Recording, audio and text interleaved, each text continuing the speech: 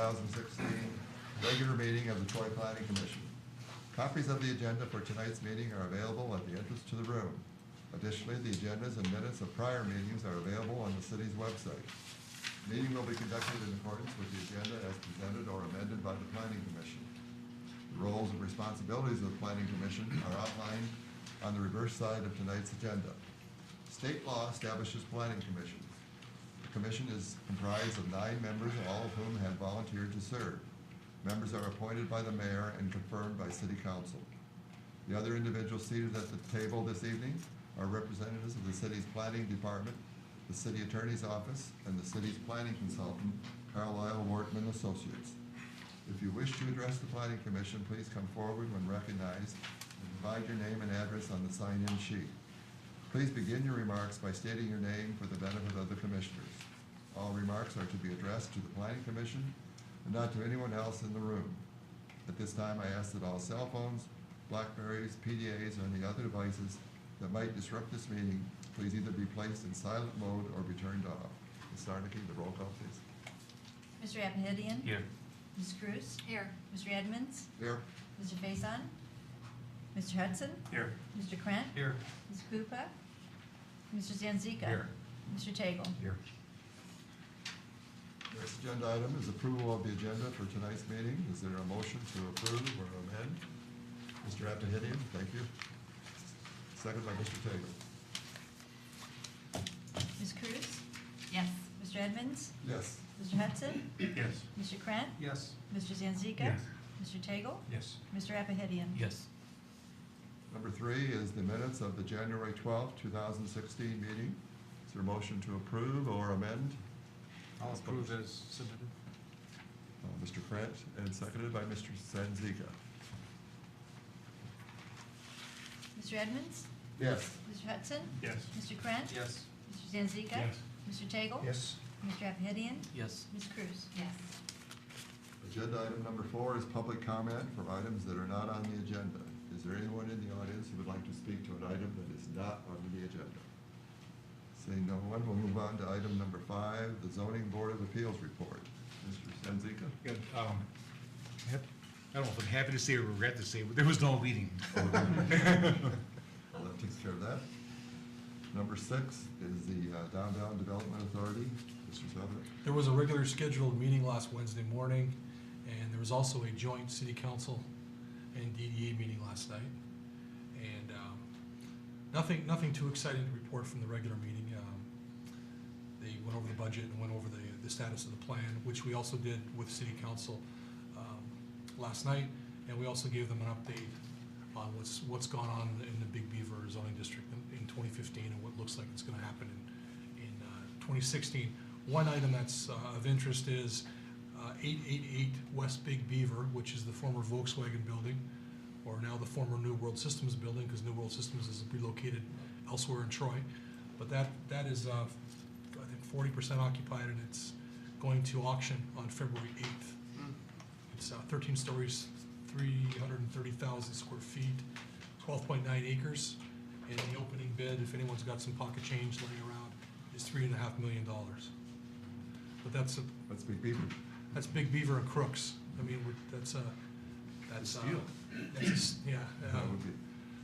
When it is zoned for Big Beaver, so the opportunity for redevelopment of the building and reuse of the building, it could, by right and just with building permits, the use could change from office to residential or office residential hotel. It's mixed use is permitted, and the outlot development potential there is very, very high. You got the corner of Wilshire and Big Beaver. Now with hotels across Wilshire, you could line Wilshire. You could go along Big Beaver at the corner of Crooks and Big Beaver, and then up along Crooks. So there's also a parking deck. So the redevelopment and reinvestment potential of that site is very high. Also, Big Beaver Tavern, formerly Big Beaver Tavern, will be a Crispelli's restaurant.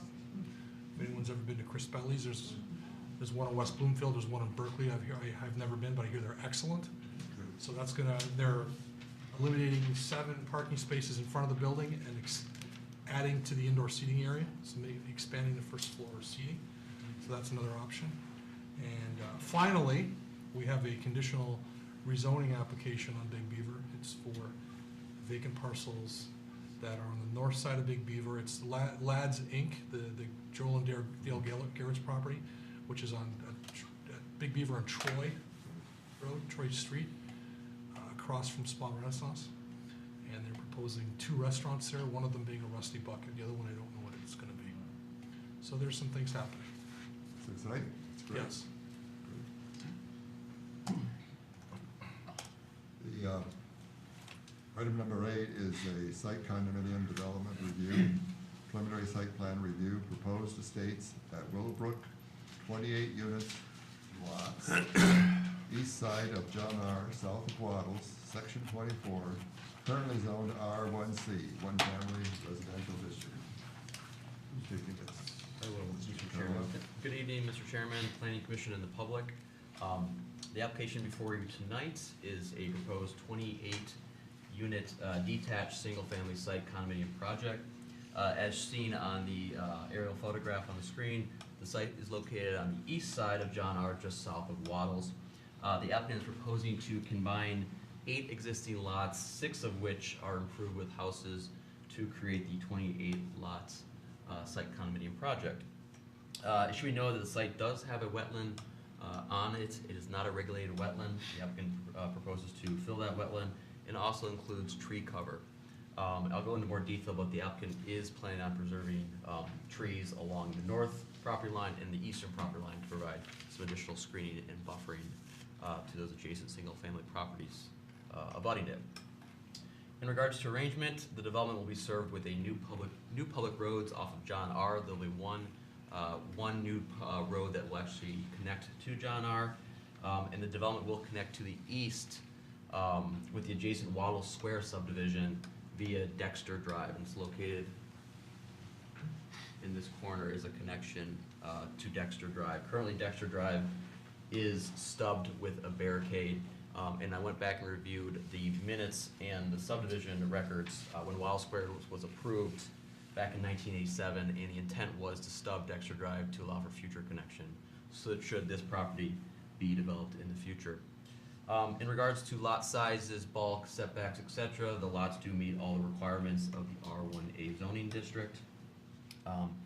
We do know that the applicant has shown an outlot, or what they are deeming as an outlot, in the southeast corner of the development.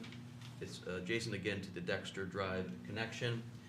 We note that this outlot is undersized for the R1C designation.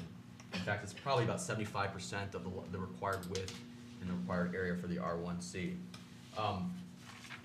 We would just ask for more clarification from the developer about what the intended purpose of this outlot is going to be. Is our understanding that if they're able to acquire additional property, they'll add to this lot to create another buildable lot. But the question that we have is what happens if they can't add property, and what happens in the time they do add property to that lot, who maintains it, who takes care of it, and what the purpose of that lot is going to be. The applicant has provided all the required landscaping as set forth in the ordinance. However, we do note that there is a lack of tree variety, so we do ask that they apply additional tree species variety throughout the development. So in summary, we do recommend approval of the site plan for the estates of Willowbrook with more clarification regarding the outlot and those conditions that we put into our resolution. Thank you. I appreciate you putting in what the preservation would have been had the tree ordinance been, woodland protection. I appreciate that. Thank you. Okay, are there any questions for the consultant? Yep, I have a question. No, this is at the Just for table. the Yeah. table? Yeah, Okay. just a second. We'll get to you in just a minute. If not, then is the applicant present? Would you please go to the microphone and state your name?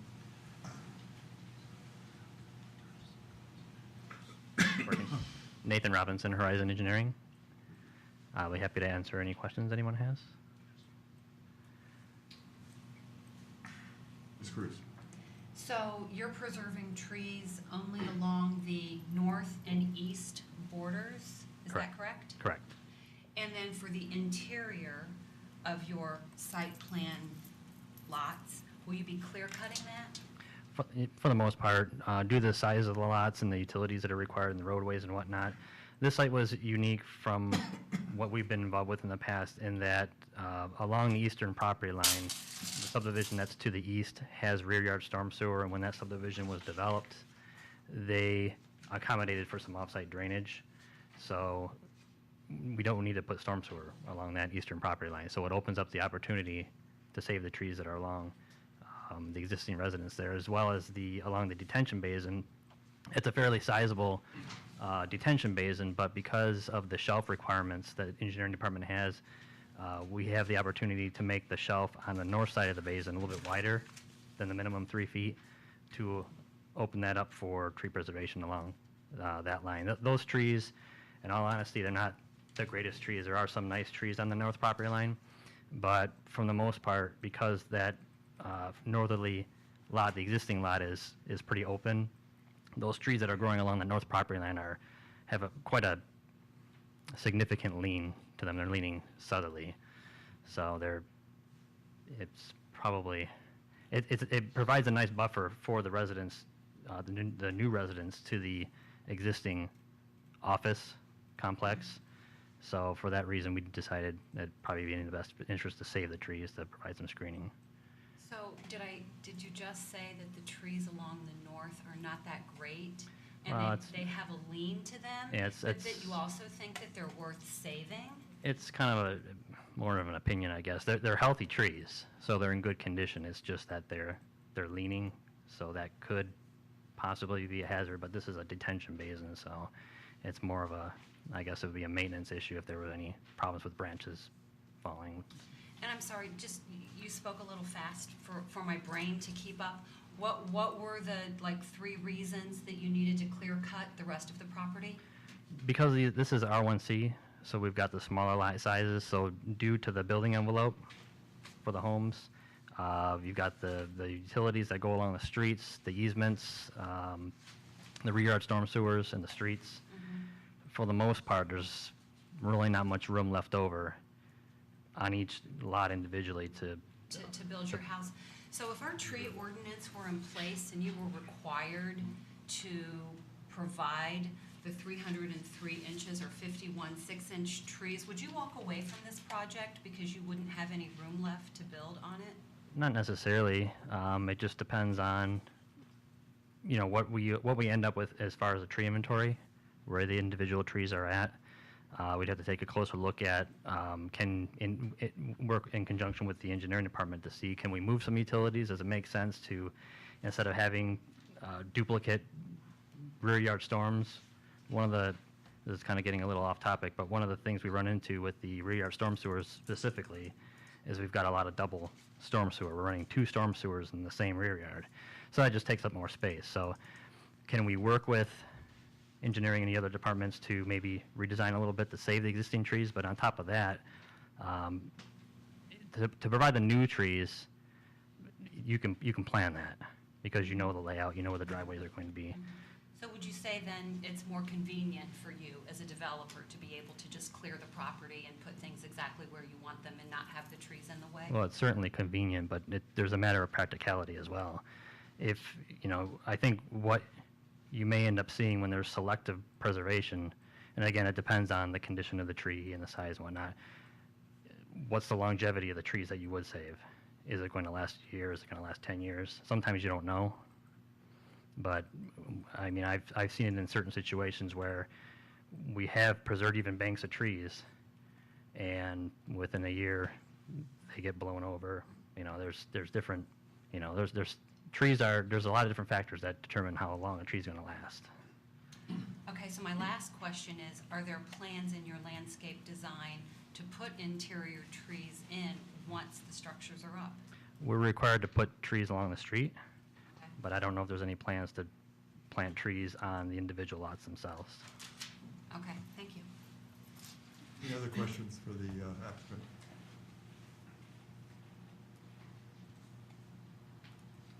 Well, can we talk about that outlet that Mr. Carlisle brought up? What are your plans for that? As the planners indicated, that the outlet in it by itself is not of the correct size and the lot width to be treated as a unit. So basically, it's just kind of based on where the existing substreet's located, there was nothing we could have done there to make that part of another unit, so it's kind of, for all purposes, kind of a little dead area there.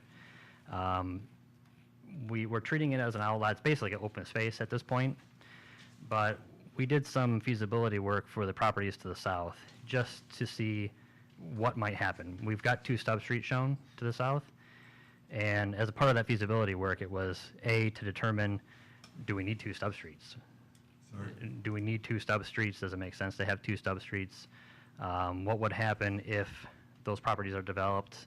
How would it affect the detention size, the location of our basin?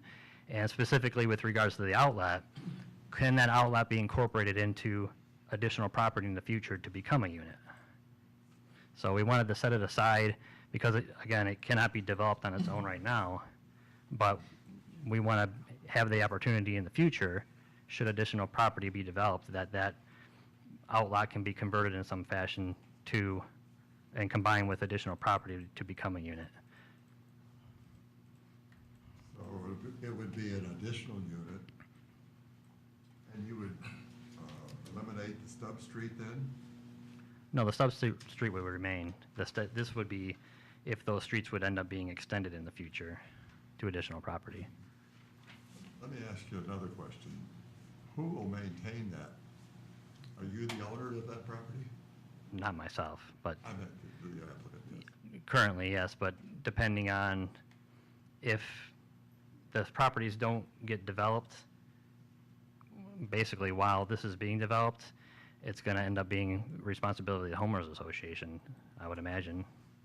This is something we need to work out basically with our legal counsel when we do the master deed to set that up, because it would have its own parcel ID, I'm sure. Mr. Sumner. So this is a detail that's gonna have to be worked out, and Mr. Robinson's correct. The master deed's gonna call this, I believe, a convertible area, which it's gonna say that this outlot will be convertible. It will either in the future be part of another unit, or if not, it will remain open space for use of the condominium association as a park or what have you, and they'll have to lay out how they propose to maintain it and how they or develop it in the future. That'll all have to be described in the condo docs. But shouldn't that be a part of our conditions if we do decide to approve this? That all that has to be done? Prior to final site plan approval, yes, Right. yes. Because homeowners associations always have, a lot of things on their plate. And I can just see that lot kind of getting second shrift, so to speak. And, not who's gonna cut the grass and the weeds. Believe me, Mr. Chairman, when people call to complain about the weeds, they call me Okay. and my staff. You're the So, weed man. well, my staff I know. are the weed men, and Right. we will enforce, but much rather that this be maintained. Okay. Yes, Mr. Sanziga. I was curious about the unregulated wetlands. Is there standing water there now, or is it just wetland vegetation and? I would have to assume it's wetlands vegetation. I've walked the site, a significant amount of it, as well as the surveyors, and when I walked it, I didn't see any wet areas. And when my surveyors walked it, I forget what time of year that was, but they didn't mention anything to me about wet areas either. I mean, Provide drainage, it all drains to the basin ultimately. the site's fairly flat. I did notice that it sits a little bit higher in elevation than the subdivision that's to the east. As far as where it's supposed to drain, that is questionable. I've done a significant amount of research. You say they would drain to the east, along the easterly property line? It's hard to say where it's supposed to drain, I guess. Right now, it's relatively flat. And I've done a lot of research with the engineering department to figure out, with regards to the detention basin we're proposing, nobody wants to build new detention ponds. It's a requirement that the city has, but whenever we have the opportunity to utilize an existing basin, the city would prefer to do that. They don't want any more holes in the ground. There is a detention basin that's part of the Wattles Square subdivision that initially appeared could take on our drainage. When you look at the subdivision plans for Wattles Square, they had some future layouts of this property, and they had some drainage area maps that included a portion of the property. The problem was, we couldn't dig up the calculations to justify the size of that basin. The city's engineering records unfortunately are incomplete.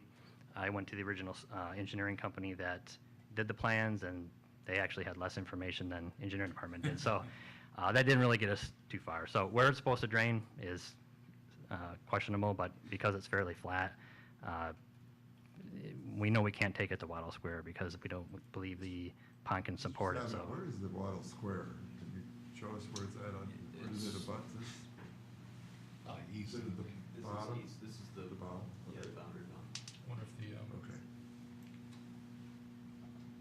So are those lots proposed to be just graded fairly flat? I mean, for the most part, just your traditional. it won't be filled. You say it's relatively high now, it's just wetland. Well, Vegetation, that's why it's regulated wetland. I think I would have to assume because it's just flat and the water's not really going anywhere right now. Well, I'm sure the engineering department will have to address that, because you have to provide drainage somehow, and you just cannot leave an undesignated area with no, designated area with no drainage, and I'm sure the engineering department will address that. So the detention pond that they show on the site plan is where all the drainage for this whole entire subdivision will go? Is that correct? For the subdivision, correct. But And it's oversized to accommodate the 100-year storm, not the 25-year storm, because we're going into John R. right away with our drainage, which is county jurisdiction. Sorry, did you have anything else, Mr. Seppin? no, I thought you said that the property to the east drained to the east. That's what we thought where it was supposed to go, Yeah. but we couldn't justify that we could bring our drainage there. Because we don't want to overburden the storm sewer system, and B, the detention basin. So we had to look for alternatives, and our only other alternative was basically going to the west, which is John R. Road right away. Okay, well, I'm sure the engineering department will address that. yeah, drainage, it will have to be designed to drain appropriately prior to getting final site plan approval. Okay, any further questions or comments from the planning commission? If not, this is not a public hearing, but we will open it up to comments from the members of the audience. If you'll please go up there and sign in with the sign-in sheet and speak into that microphone.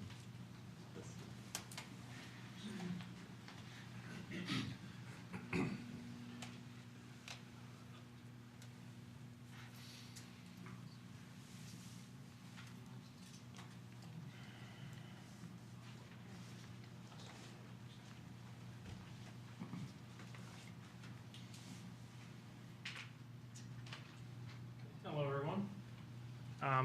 Don't know if I really need the microphone. You're probably recording though. So, my name is Pete Wilkins. I'm actually in Lot 8. It's very difficult to see where that's at. I think It is right here. a little bit. Is that Lot? No, it's not Lot 8. Oh, 2 over to the left. Keep going to the left. Left. Boom. There you go. That guy right there. Correct, I'm sorry. I don't have my glasses on. Gotcha. Split. All right. I'm looking at it on here, so I'm Yeah, cheating yeah. a little bit. So I'm in Lot 8 here, and you know the area behind being wetlands. You know, I'm sure that a number of people here can also attest to the fact that during the late winter and throughout most of spring, there's a significant amount of water, standing water, that sits all along that area. When I look at the topography that they did, you know, I can see that the majority of that area from lots 7 through 13, and then also most of McCaw Drive and a little bit to the west of there, that's all kind of marked at about 644.52. I'm assuming that's feet. Some elevation level. The surrounding areas are about a half foot to a foot larger than that. So that kind of shows you that this is an area where water gathers. And as I said, people here will attest to that. I'm concerned that when this land gets built up, the actual flow of that drainage, is it going to come back to the east? I'm not 100% certain that You know, because we already have water that will encroach slightly onto our property line, and I'm afraid that once that's built up, it's going to drain off into our yards. And if, you know, some of them, you can see that they do have drains. I think right at lot 7 and between 6 and 7, there's a drain that exists. But there are other lots, lot 8, lot 9, lot 11, these do not have any kind of drain. So I don't really know where that water is supposed to flow. I think it's really just going to back up into the yard. So that's my main concern with this, and how that's going to be addressed. Thank you. Thank you. Mr. Savitt. All applications for subdivisions and site condominiums are required, the applicant is required to submit a wetland determination, like this applicant did. This is a map. What they do is they hire a wetland consultant who goes out and walks the site and flags the site, what they think, in their professional opinion, is, first of all, whether it's wetland or not. Second of all, flagging that area. And then third of all, determining if it's state regulated or not. So this is a wetland delineation map. It shows the boundary. There is not wetland upland here, not wetland upland. Essentially, it's unregulated wetland, okay? And the state of Michigan has standards that determine whether wetland is regulated or unregulated. To meet that standard, a wetland has to be either 5 contiguous acres in area and or connected in some way to a lake, river, or stream. And if it is regulated, it's got to be mitigated with the cooperation of the Michigan Department of Environmental Quality, or the MDEQ. This is not a state regulated wetland based on the wetland determination. This will be verified prior to final site plan approval, and the MDEQ determines that it is regulated, they'll have to mitigate it. It looks like, though, there was a significant wetland here at some time. I'm not an expert. I think Mr. Robinson knows a lot more about wetlands than I do. But it looks like there was this area here was basically filled in when the surrounding property was developed. So it looks like there was some over here at some time and over here, but it was filled in. So the standing water that's on site, it's gonna, basically, this will be graded, and the water that now stands here will drain to this area where there's gonna be detention basin. So there will be required that when there is water, that it flow in this direction and it not impact adjoining properties. That they've got a professional engineer who stood at the microphone earlier, and he will design this so that everything flows to the northwest. Good evening. My name is Paul Lighthizer. I'm in Lot 9 of the existing subdivision. And I would mention that we'll miss some happy ducks after the wetlands go away. But anyway, I have a concern that may be pretty deep into the woods. But I notice on the tree plan between tree 382 and 385, we have a huge cottonwood there. And every year, it drops branches and it drops cotton size of sweaters.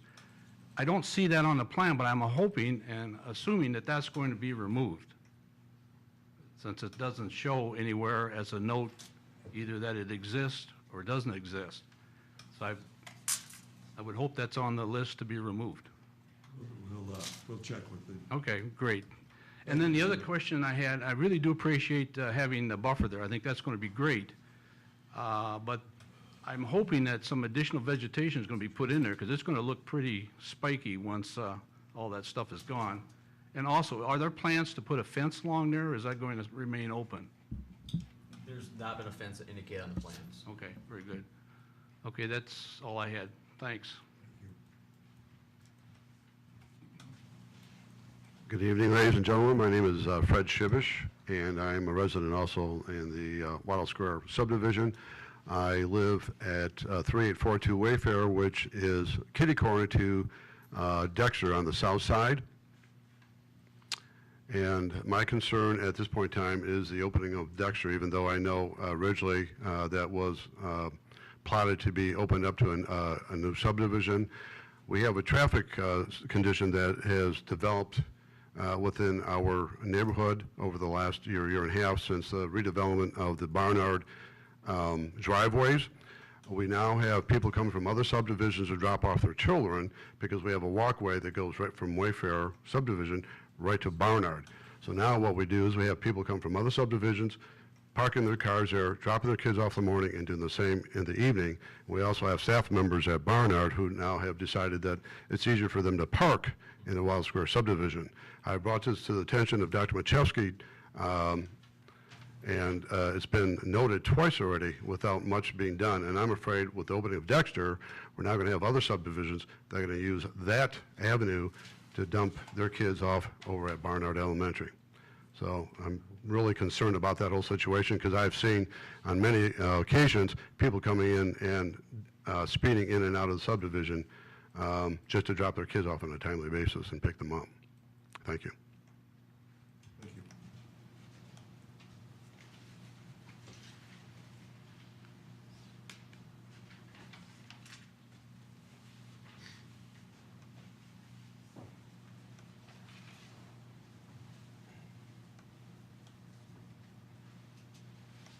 Hello, good evening. My name is Kelly Martin, 3884 Fairfax, also in the Wattles Square. I have similar concerns about opening of Dexter. As you can see, I have one on the way, and I also have a daughter. We don't see a lot of traffic flow besides the dropping off and the picking up of the students in the morning and afternoon. But it's, in my opinion, it will increase flow of traffic. For all intents and purposes, we are a cul-de-sac, I guess you could say, since we only have one entrance and exit. So I'm concerned about crime, safety. You know, our kids play in the street, and there's very few cars that come through, especially during the day in the summer. And my concern is that's going to really increase with the opening of John R. Thank you. Anyone else? Is it possible to add one more? Or I just want clarification? Sure, go ahead. Okay, so this is Pete Wilkins again, Lot 8. I was curious about the tree preservation belt and exactly what does that mean? Is it that only the trees that are flagged in that belt will be preserved and that all the brush and everything else is cleared out? Is that going to be replaced with just grass? Does that become part of those properties that are butting up against it? Or is it the brush kind of stays intact and that 25-foot thing is just left as is? Thanks. I can speak to the second part in terms of ownership of those trees. And once those lots get developed, those trees will be preserved. Those ownership of those trees will be owned by the individual lot on which they're placed.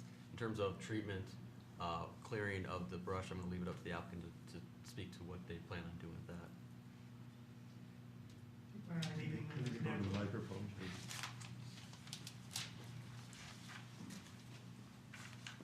Joe Maniaci, Mondrian Properties, or Langhan Investments for this case. We plan on leaving it as natural as possible, depending on homeowners and the type of brush that's left behind. A lot of people like that cleaned up and just let the trees grow and have the trees exposed. We do plan on leaving as many trees that are there, flagged or non-flagged. So. Thank you. How about this cottonwood tree? Who's going to address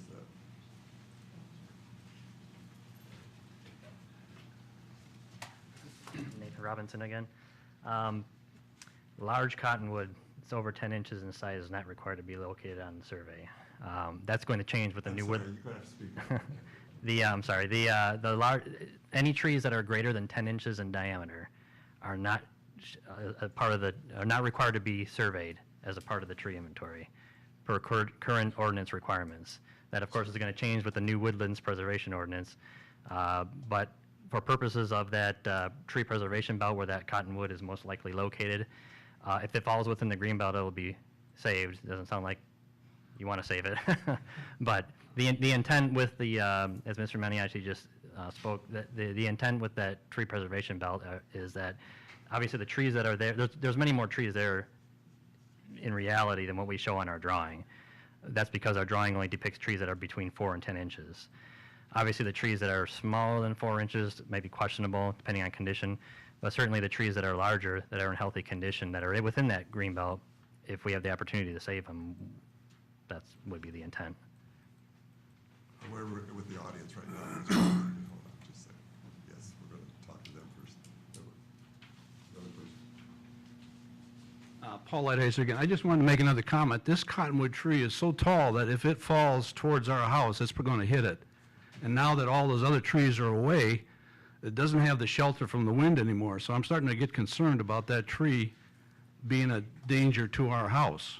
Or at least it'll hit our deck and create. So I would like to have you reconsider that one as one for the wood chipper. Mr. Chairman, I'm getting a head nod from Mr. Maniaci indicating I believe he's going to cut that cottonwood down. I would be more than happy to cut that cottonwood down. Against other concerns. I will be more than happy to. And I also want to clarify what Mr. Robinson said. Our existing tree preservation, I use that term loosely because it doesn't require preservation of trees. But it does require that the applicant prepare a tree inventory for the site. And it does require that the applicant only show trees that are between 4 and 10 inches in caliper DBH. So he's absolutely right that the ones that are less than 4 inches aren't shown because they're too small. That's the reasoning. And the ones greater than 10 inches aren't to be shown because apparently the reasoning was they were going to die soon because they were so big.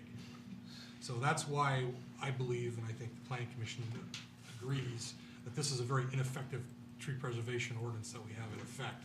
And that's why we're going before City Council on February 8th for a public hearing for a woodland protection ordinance. Ms. Cruz. What was the look-back period on that tree ordinance? I can't remember. Wasn't there a look-back clause? I believe it was 5 years. So if someone were to come into Troy and buy a parcel, clear cut it, we could look back 5 years. Why doesn't this apply? Because he's got a valid site condominium application that meets ordinance standards. The intent is for someone who wants to circumvent, so they know it's coming down, and they go in and clear cut everything without an application just to wait to beat the clock. But Mr. Maniaci's going by the book here. Isn't he the reason we have the proposed tree ordinance? Mr. Sedzi, you got it. No, I was just curious, there were some conditions on the proposed resolution that haven't been addressed by the developer. I agree. I think those should be added. And if I may, if I could bring that up, is, Are we ready for a? no, I'm not ready for the resolution. I'm Oh. just curious if the developer was going to abide by the resolution if we do propose that. If I may ask the developer, Sure. I wondered, is there an issue with providing the turnaround at the end of Sandpiper and McCow Drive? Not a problem at all. I think if you're referring to Macaw to the north and Sandpiper to the south, or is it the other way around? Not where Dexter, No, it's you want both to the south? turnarounds in this location. The one to the, next to Dexter is probably too close to put in a turnaround, but we would do one on the other side, to the north. As long as that, what engineering requires. This is a note from the fire review. They requested turnaround, so I'll let the applicant work with the fire department to meet. Not a problem. Yes, we would be more than willing to take care of that. The variety of trees, that's not an issue. Floor plans will meet all building envelopes and requirements, and we will resubmit to accommodate the 5 lots that we missed with the current plan that we submitted. Widening the sidewalk to 8 feet on Jenner. I believe it's a no. If you'd like more concrete in the city, yes, I'd be more than happy to. I believe it's no. I know it's a requirement. It's a requirement. Yes, I know. Yes. Yes, we will. Anything else? Are we ready for a resolution? Yeah, Mr. Evans, if I may, before we do the resolution, presumably, who's ever going to move the resolution is the one we have printed in our packet here.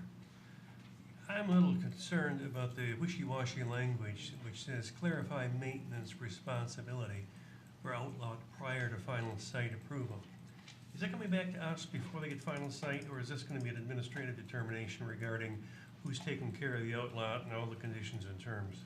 If preliminary site plan approval is granted this evening with conditions, it would go, the next step would be final, which would be administrative, which Planning Commission would not see this again.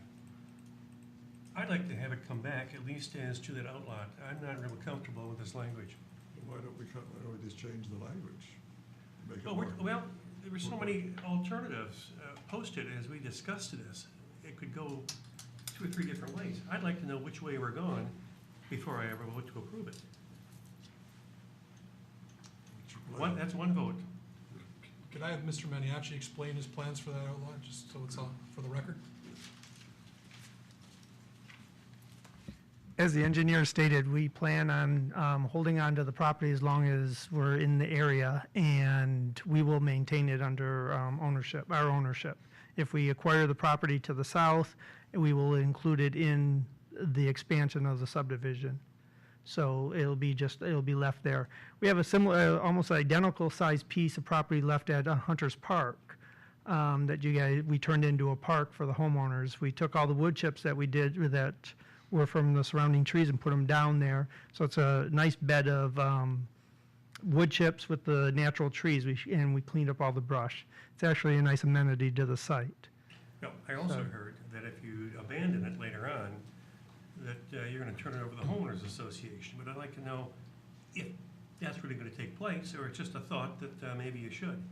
I don't want it to be an orphan out there with the homeowner saying it's not our problem, and the developer is long gone, and it sits there.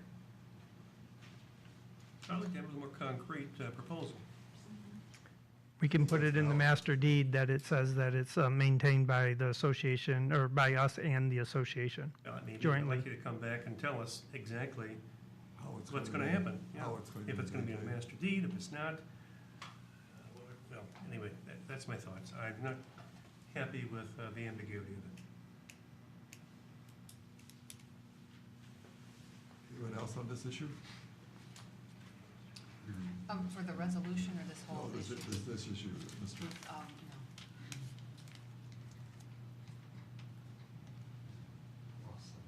Well, I tend to agree with Mr. Hudson that I think this needs to be, but I can be reassured if the administrative is going to take care of that, then I'll go along with it, but I'm not ready to go along with it if it's not going to be addressed. What assurance do we have? Some of these things just fall through. So by state law, all site condominiums have to submit a master deed and bylaws, and the master deed is reviewed by our city attorney's office. And prior to final site plan approval, they actually approve the documents. So Mr. Motzney will review the documents. He's assistant city attorney. He's aware of this issue, and he can flag this so that when this is reviewed by the city attorney's office, he sets special attention to this issue and make sure that when the grass isn't cut or there's any other issues, Mr. Maniaci's company or appropriate entity that we can contact will take care of it. Is that a lay year? No, that doesn't satisfy me. Okay, what would you like to see it say? Well, I'd like to see it come back at some point with this clarified. Well, I don't think we do that on a regular basis. Well, maybe not, but we can. I'm not gonna be a rubber stamp just because it looks convenient and we can give it a pat in the back and not look at it anymore. Ms. Cruz? Would giving preliminary site plan approval tonight be allowable with language in the resolution that says final site plan approval contingent upon planning commission review and the outlot maintenance clarified? With that specific issue? Would that work? Oh, I could live with that, yes. Well, why don't we just change that? Is that okay? We're not talking about a whole nother approval, we're just talking about a review. I don't think we're talking about a resolution or anything like that. Well, approval or review, I mean, if it's gonna come back, it's gonna come back for final site plan approval. Maybe it's only this one item, but, yeah, I want it to come back. Now, I may be in the minority, and if that's the case, that's fine, but that's what I'm thinking. If it does come back, Mr. Hudson, do you want to actually see the master deed and bylaws? Is that what you'd like to see? No, I'd just like to see the provision that the developer is employing to handle this situation. No, I'm not gonna review a master deed, that's what we get Mr. Motson for. Boston could do that. Much better than I. Okay, folks. Well, before we start, I just want to mention that, you know, Mr. Hudson isn't satisfied with, you know, the outcome of the outlot, and I'm certainly not satisfied with the treatment of the trees. The last project that was done by this developer was a complete and total clear cut of property and trees. I still feel like this developer has a disregard for nature and wanting to preserve that which he can in order to enhance the subdivision with greenery. In my opinion, there's nothing that looks homier than trees in a front yard in front of a house that are mature. And as I look forward to future development in the city of Troy, which is, again, in my opinion, a stellar place to build and live and learn and grow, I want only the best in my city, and I don't think this is the best. So he'll be getting a no vote from me tonight.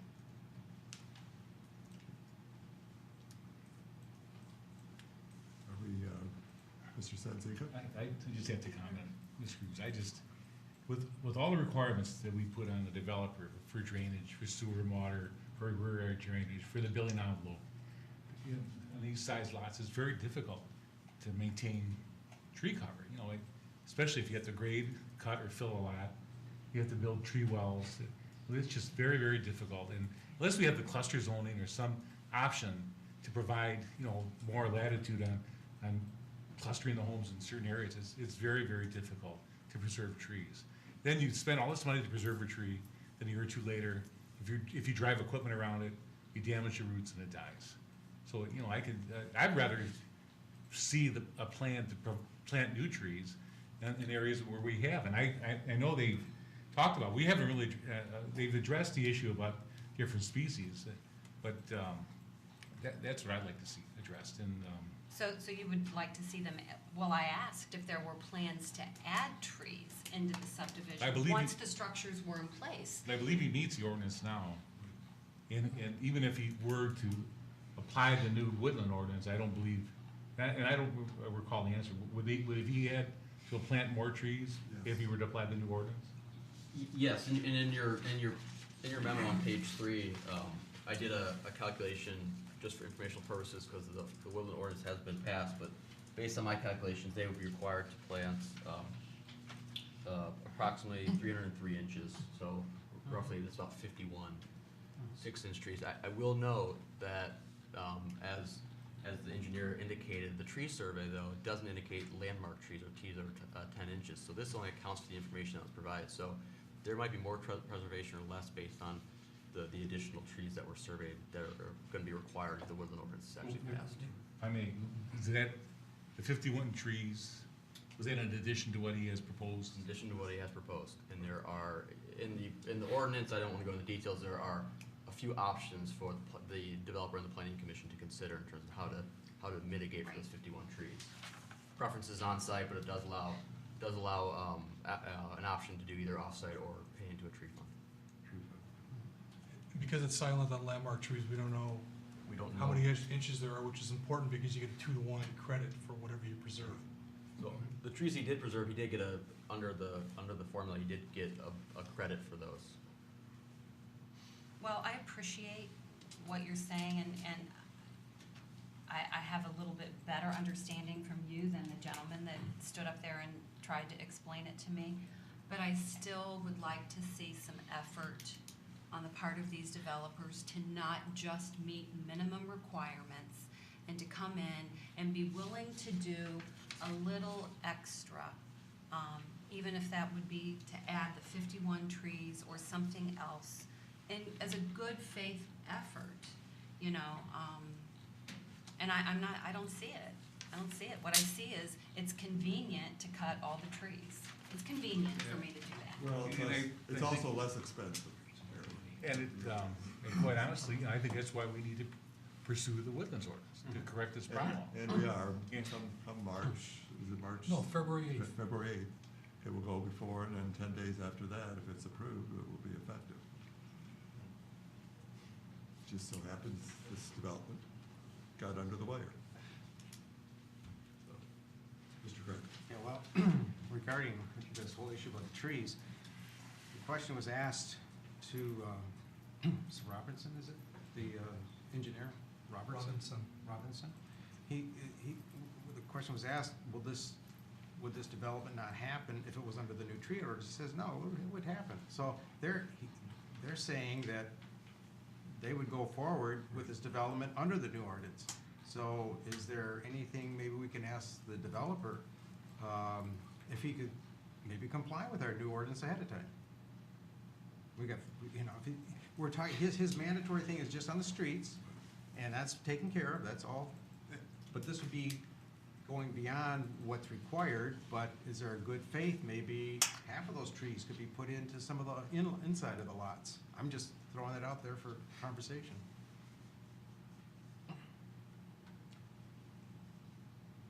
Is there any reception on the part of the applicant to do that? I believe currently, excuse me, I believe currently we have more trees scheduled to be installed than the minimum requirements. We do exceed that. As far as abiding by the new tree ordinance, I'm gonna have to pass on that, to tell you the truth, at this moment. We'll take that as a no. That's what I said. Are you, would you be open to adding some, whatever the number is, some additional trees along this property line? It's the east property line. Correct. That's where the buffer is currently, so as noted, there's some trees that are larger that aren't marked on there that are in the buffer, like a huge cottonwood that I will be removing. That's gonna be in that buffer, so I mean, I'm sure there's other trees along those same nature in that buffer that's gonna be remaining. So, Well, how about all the properties there along, like, where lots 7, 8, and 9 are? There's no indication of existing trees there. Would you be willing to put some more trees along there? not at this time. Thank you. I think we're ready for a resolution. Somebody wants to move the resolution. Are we gonna add the language that it comes back to the planning commission? That's up to you. It's up to the planning commission. I'm sorry, I'm really disappointed in this development also, and I'll probably be voting no on this. I'll read it. Thank you.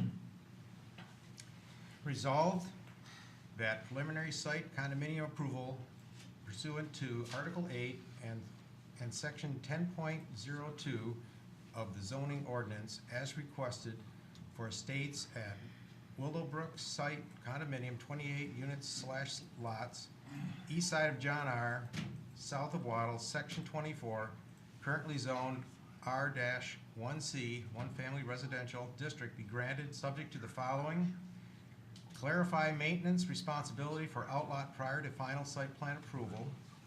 2, provide temporary turnaround at end of Sandpiper Drive and McCaw Drive. 3, widen John R. sidewalk to 8 feet. 4, provide greater tree species variety. 5, resubmit floor plans for final site plan. Okay, that's been moved by Mr. Kraft. Now, before we get a second, I think if anybody wants to tweak those individual conditions. And I didn't recall that, is that part of the problem, that they're only providing 2 species of, Yes, they're providing one evergreen species along John R. and then one deciduous species as an interim street tree. So, why is that? We just picked some variety, we can increase the variety, that's not a problem. I think that's just sound development, landscaping. You don't plant all the same tree in an area. We learned with the ash trees and the elms that doesn't work. Okay. Mr. Chairman? just- Yes. Can you explain your findings, Mr. Watson? We we don't have a full board here, but on all site plan reviews, you need at least 5 votes regardless of the number of people here. And I know sometimes we offer an applicant the option of waiting till there's a full board if there's an indication it might be a close vote. Right? That's up to the board if they want to do that. That's fair, I don't have any problem with that.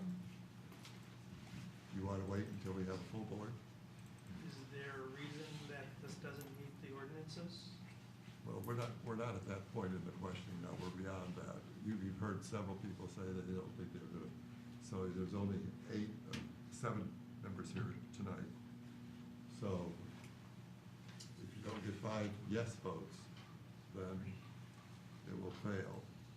And you can still come back. They I can still come- understand that, I'm just trying to figure out the legality of the reason why you're being turned down on something that meets all the ordinances. There hasn't been a vote taken yet. I think Okay. What we're saying is that there's I only just 7, wanted- it's not full, and Right. in the past, I think we just kind of clued in now that there was only 7, so in the past, we've offered it actually before we begin discussion, to inform the applicant, there's only X number of members and we need 5, do you want to proceed? I can postpone it to the next meeting. Pardon me? Would it come on the next meeting? Yes? Well, I'll wait till the next meeting.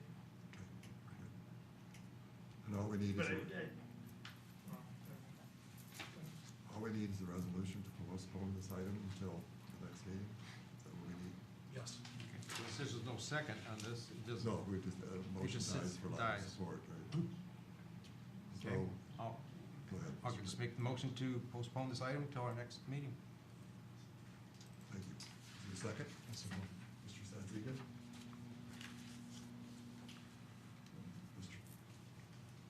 Mr. Tagle, I'm sorry. It's all right. Could we ask the developer to come back with the language he's proposing for the maintenance of the outlot, so we can see it at the next meeting? I think that would be extremely helpful. It would That be. would be fine.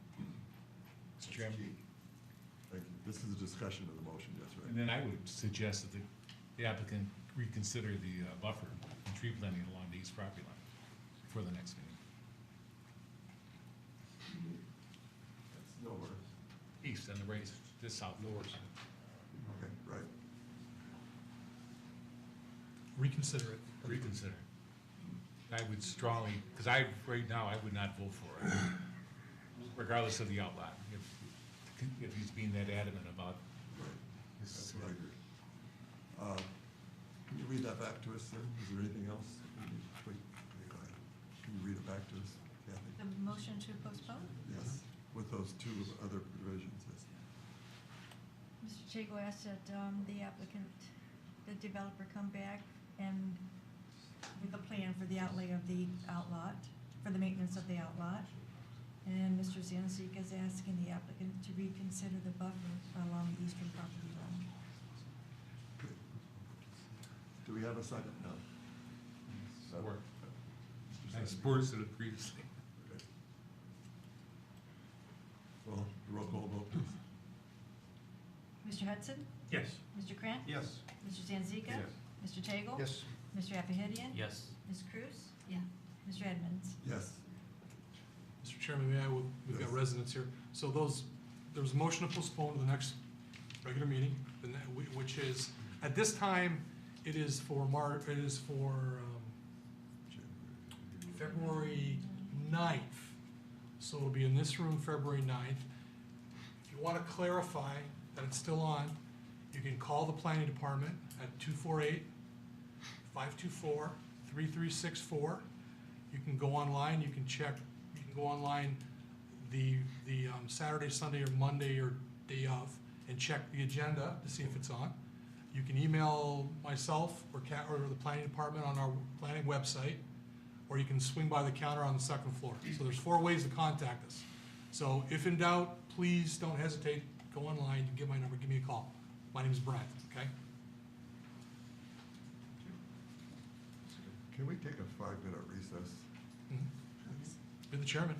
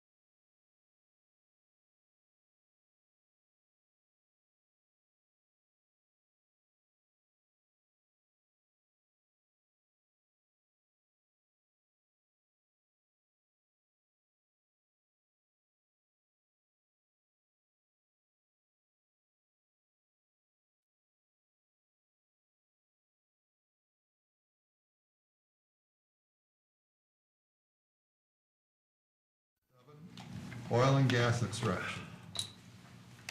I don't know who wants to kick this off, or do you want to kick it off? Or I'll kick it off, why not? Why not? So this item was initiated by the planning commission some time ago. We've got numerous meetings. Planning commission developed a draft ordinance, held a public hearing on the draft language, forwarded it to city council for a public hearing, which they had. And at the public hearing, they indicated they weren't ready to approve it. They scheduled a joint meeting with the planning commission to discuss it. We brought in 3 experts with various opinions on the oil and gas industry. There was a representative of the MDEQ, was a lobbyist working for the oil industry, and Jim Nash from the Water Resource Commission.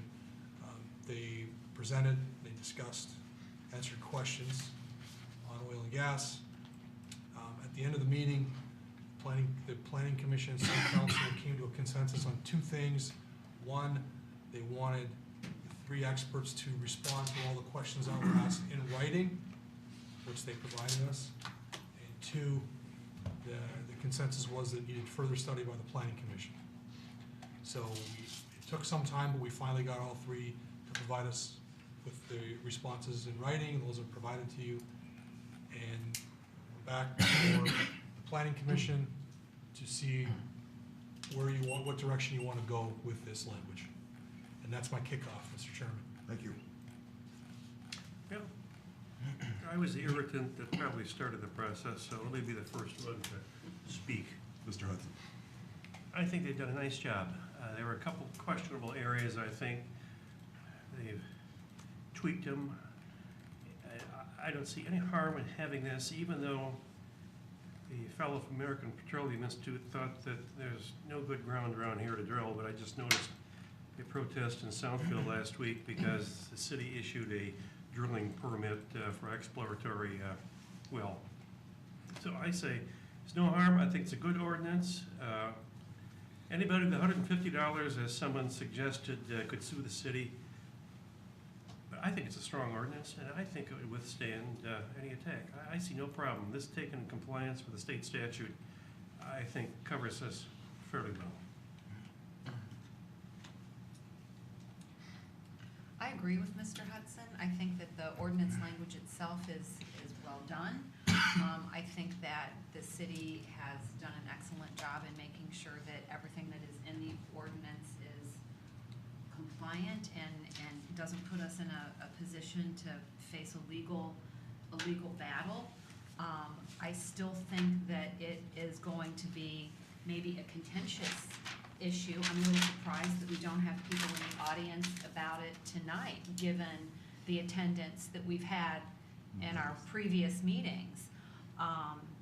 I just think the most important thing for people to keep in mind as we do this is not doing anything allows the state of Michigan to call the shots, because prohibiting it is not even an option.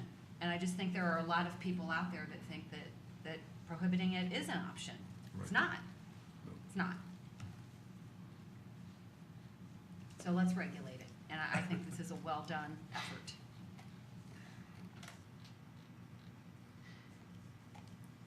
Mr. Sensica. It's interesting, I spoke with Commissioner Nash this afternoon, this morning, or today, I should say, regarding this, and he did speak, I believe it was the gentleman, was it Mr. Fitch from the state? Yes, Hal Fitch. And he said, since the oil prices have gone down, the price of the barrel of oil has gone down considerably, he's had very few applications for drilling in the last 2 years. So they may be indicative of why we don't get as many applications in and why we're not seeing opposition to it. But I agree. I think the ordinance is well written. I think it's a timely ordinance. And there's always, if there's a developer or a company that wants to drill, they could always go to the zoning board of appeals and ask for a variance, because that is always an option, I believe, before they go to court. So. Is that true, Mr. Hudson? Can you restate that question? I believe, couldn't they go to the ZBA to appeal if they didn't comply with all the terms of the ordinance? If it's part of the zoning ordinance, if they want to deviate from it, they could ask for a variance, that's correct. So this is part of the zoning ordinance? Correct, it is part of the zoning ordinance. It seemed to me, if I recall, I haven't read the ordinance for a while, it's a special use, so it'd have to come before the city to grant that use. The planning commission, yes. Yeah, so we could have cracked at it also. So, you know, realizing that and considering that, I'm in favor of this ordinance. Well, Is there a resolution in here? I just want to state one other thing, just not to turn this all around, because I've been in support of it all along. We were tasked by the city council to bring it back and consider these experts' opinions. And so our position is, if I'm hearing everyone correctly here, there's nothing else that needs to be done. We don't need to tweak any of the distances or anything like that. Because I think it was, I may be saying something out of line here, but I think there were several members of city council when this went to them the last time who were opposed to it, but just thought it should go back to the planning commission for their views.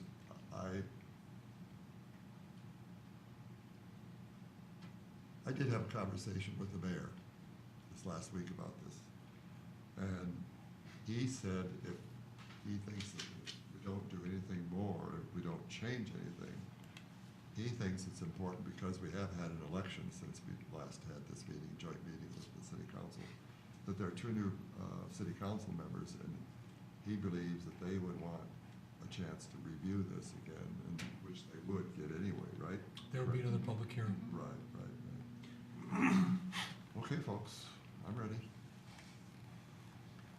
Anybody else have any thoughts about this? John, do you have? No, I think it's solid. So I guess would it be a motion to approve the city ordinance as presented to the You planning? don't have a draft resolution for this one, right? No, Do we need one? no, there's, if you're not proposing, I mean, I'm not the attorney here, but we've held a public hearing. There's no changes to this ordinance proposed. We've already had a public hearing. So unless, Mr. Monson, do you agree that we would recommend to go back to city council? Back to city council. Refer back to city For council? further action, without change. So we need no action tonight then. Well, I think he's Probably need a saying, motion to just, because the city council did send it back. Right. So we would need some action to refer it back to city council. And I think that motion should also suggest that we did refer to the experts' opinions. Certainly. Consider them and would like it to go forward. So could somebody put that in the form of a motion? Let me try.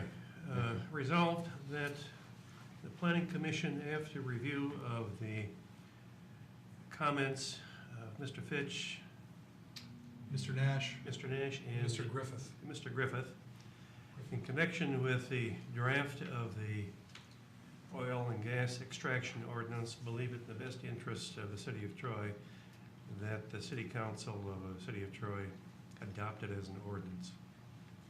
I'll second. Okay. Get that, Kathy? Is it Tom correct? Yes. Yes, I got it, thank you. Any further discussion? Not the roll call, please. Mr. Hudson? Yes. Mr. Krant? Yes. Mr. Zanzika? yes. Mr. Tagle? Yes. Mr. Appahidian? Yes. Ms. Cruz? Yes. Mr. Edmonds? Yes. Motion carries. Agenda item number 10 is the Planning Commission 2015 Annual Report. I don't know how many of you looked at that, but I thought this was a really outstanding report. We've been really busy. Got anything to add, Mr. Sevenett? No, we reviewed more projects in 2015 than we did in 2014. Good. We were busy. It's good. Okay. And we can move on to agenda item number 11, public comment items on the current agenda. Seeing no one, we'll go on to planning commission comment. Let's begin with Mr. Tagle this evening. I really was struggling with the proposed site plan development that we saw tonight. And I was struggling for much the same reason I've heard from you, Mr. Hudson, on many occasions. The guy was meeting the letter of the law. But this developer has given us, in my opinion, substandard proposals every time he's been here, whether it's the design of the layout, whether it's the design of the homes, whether it's the clear cutting of the property. It just seems like it's all about the money in his pocket. So I was really struggling with that. I don't know that I could have brought myself to say no, because that he met all these things. Unfortunately, I believe he got his application in here prior to the enactment of the new Woodlands ordinance, even though, and he did have a smile on his face, Kieran, when you called him out about that's why we have the ordinance. So, having said that, it'll wait for 2 weeks. For a little bit longer, isn't it? About, when's the next meeting? The 9th. 9th of February. 2 weeks. Mr. Sanzita. I absolutely agree with Mr. Tagle on his assessment, and Ms. Cruz, obviously. And, I don't think I have to say any more about that, but I just curious if everyone had a chance to review the Biltmore Town Square link that I had. And I would hope that, you know, we would have some influence on the Somerset property and have a development to rid ourselves of that albatross we have in the corner of Big Beaver and Coolidge. It's just, it's an eyesore. I'm ashamed of that being there, and I believe that if it were developed properly, that it would be an amenity that we would all be proud of. I looked at that Biltmore thing online, that planned community, and I thought to myself, I would totally live there if planning commission just didn't need me so much right now. I could move tomorrow. No, but it's a great, it was a great idea. I believe Mr. Hudson echoed the same thing. I think Mr. Tagle did also. I think, you know, we're all getting to a point where we don't need the big homes anymore. And, you know, being in a walkable community with amenities, you know, restaurants and YMCA's and those types of things close, and theaters, I think would be a great asset. I think it's just a matter of market would have to be right for the Forbes, or if they were to sell the property to someone. But I would hope that we could look at some incentives for the demolition of that building to provide for the Forbes property and owners and the Somerset owners. And I think that's an appropriate subject to bring up at the retreat, because well, we'll be talking about other things, but that's, those of us who've attended and looked at Fenton and all that, even though the guy's being sued and everything, I think incentives do work, and they don't always have to be in the form of money. So, thank you, appreciate that. Mr. Apahidian. I just had a question for Mr. Monsney. It just kind of came up as we were going back and forth for this site plan approval. If we have another site plan, another project coming through here before we get the wetland protection ordinance passed. It's not wetland. Woodland. Woodlands protection, yes. Does this have to be, I guess, preliminary site plan approval? Does that, and final site plan approval have to be approved after the woodland protection, or only final? I guess that was kind of my dilemma here. What if a project kind of goes through where preliminary site plan gets approved and then the woodland protection gets passed? Does the final,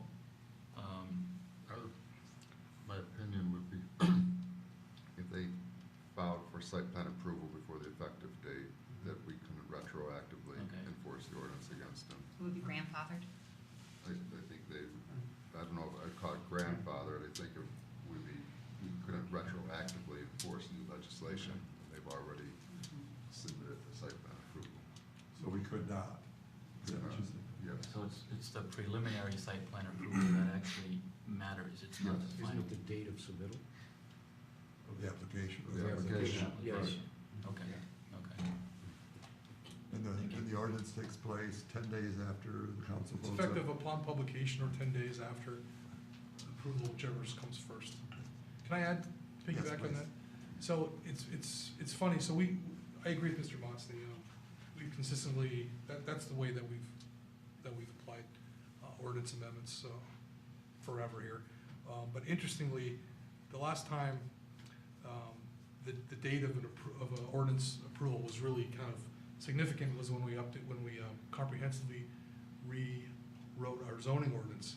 In April 2011, we had Granite City wanted to do what they did, which is close to Big Beaver, and they had to wait to submit the application until the next day, where we had another across the street, essentially, well, basically next to Starbucks, they wanted to do some improvements, and they didn't want to comply with the Big Beaver code. Right. So they applied the day of the public hearing. So one applied the day of, knowing that they'd beat it by a day, and one applied the next day, knowing that we'd accept it as. So developers are very well aware of the dates in these instances and the effect that. Ms. Cruz, were you next? I think that I already talked a whole lot tonight. But I do think that we were all struggling with the preliminary site plan approval tonight, and I just think that it's important to recognize those developers who are cooperative, who want to make it a win-win project for everyone, and those developers who, I don't know, maybe we want to question whether or not they're the kind that we want to do business with. And I think it's okay if there are some developers that we don't want to do business with. I think that's okay. I don't think we should feel obligated that we have to do business with everyone. We don't.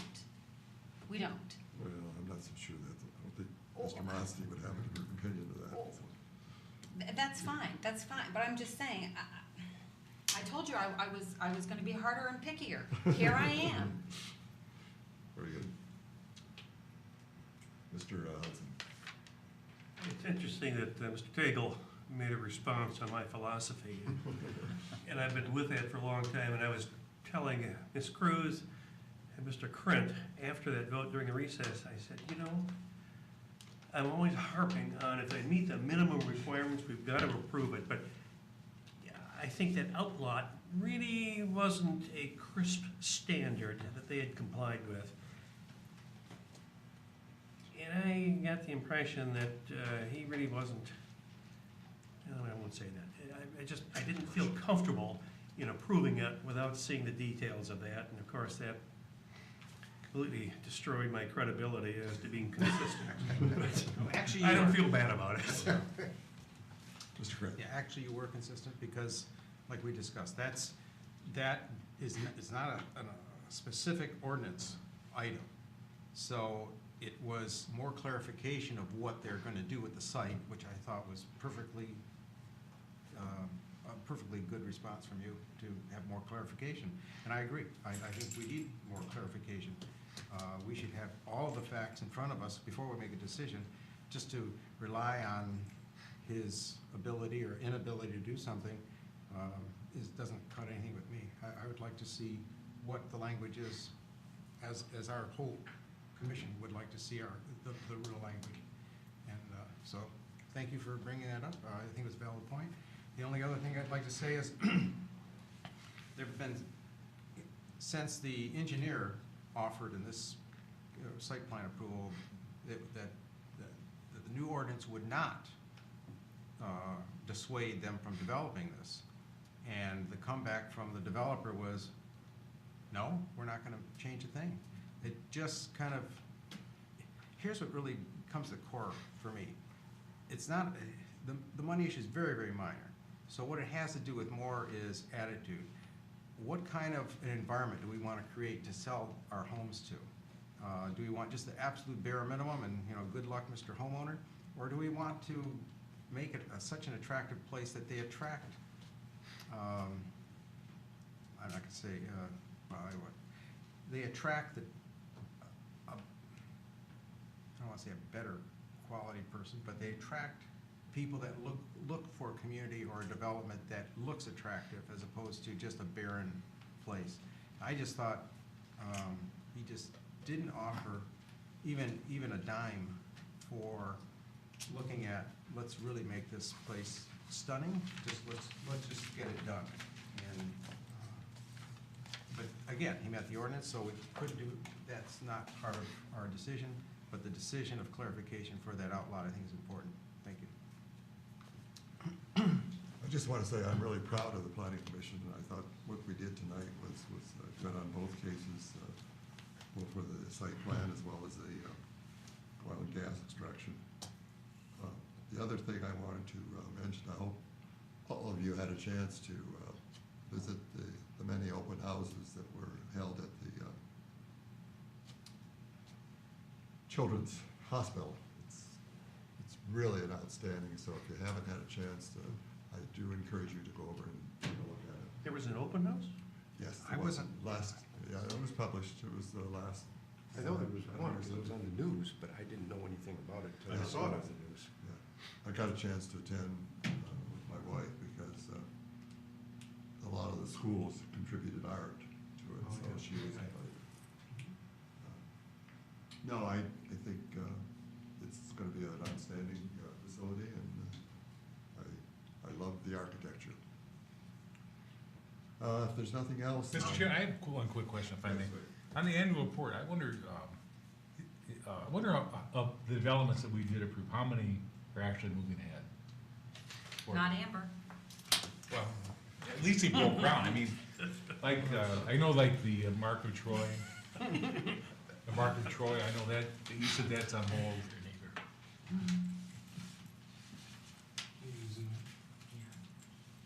Tonight sometime?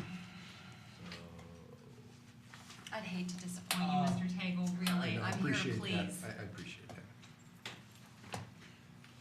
The only one so far that it's not is the Mark. The Mark of Troy, my understanding is we all remember the Mark, Yeah. 250 units. The person who was the applicant, Steve Schaefer, and feel free to jump in here, the way that he does business is he conceives the project, he designs it, he gets it, goes through the approval process, gets the entitlement, and then he sells it. And he was not able to sell it to developer, to sell it to someone who was interested in doing that at the price he wanted, and the property was built by someone who is known for doing assisted living facilities. So at this point, it would be logical to assume that we will see an application in the future for an assisted living facility there. The senior citizens are moving ahead. A lot of these are somewhat unknown at this point because they're in the process of engineering, Yeah, or they've received their approvals, they just haven't broke ground.